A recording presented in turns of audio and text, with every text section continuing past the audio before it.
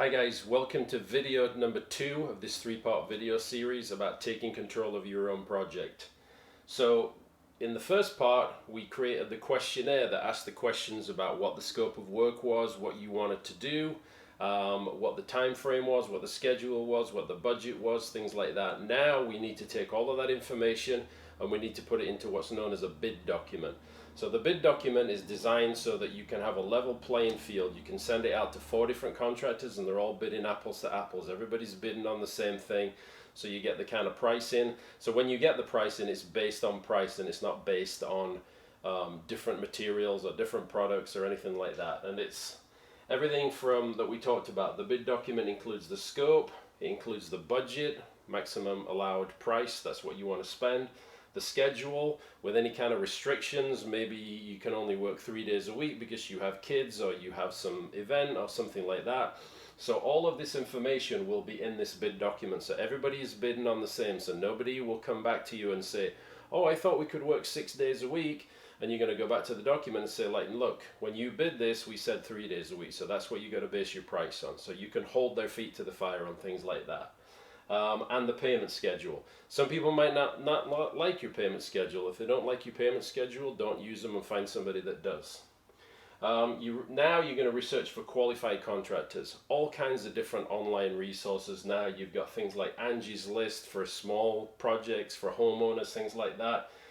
If you find somebody, Yelp is a great place. Yelp really, people on Yelp really like to tell you what's up. So if there's any issues with any contractors on there, you want to stay away from that. Nextdoor is another kind of online message board where you can get referrals. Maybe you've got some friends that can give referrals. Sometimes local architects will give referrals for people who do work. And also places like paint stores. Sometimes you can call paint stores and they'll give you information on painters that they can trust and who are going to do a good job for you, or framers or carpenters or flooring guys, things like that. So get as many referrals as you can. So now you have a list of qualified contractors or people who say that the work is good. From that point, you're going to check their licensing. So most projects are going to require some kind of a contractor's license, maybe a home improvement contract, or a contractor's license, or a general contractor's license, or plumbers or electricians and things like that. So the contractor state license boards are usually a place to look there. They will tell you whether the license is valid, whether it's current, whether they have a bond in place.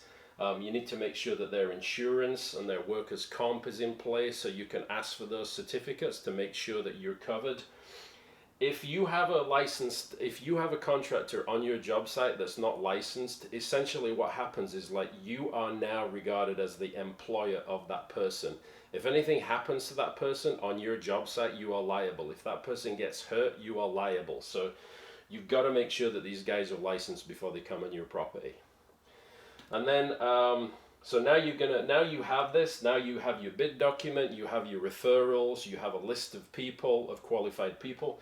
Now you're going to issue to these qualified contractors, and we're going to wait to see what comes back. We're going to wait to see the pricing. So you're going to review the bids against the scope of work that we created earlier, and you're going to make sure that everybody is bidding on the same thing. And then you can look at the price, you can look at the referrals, you can weigh all of those things up.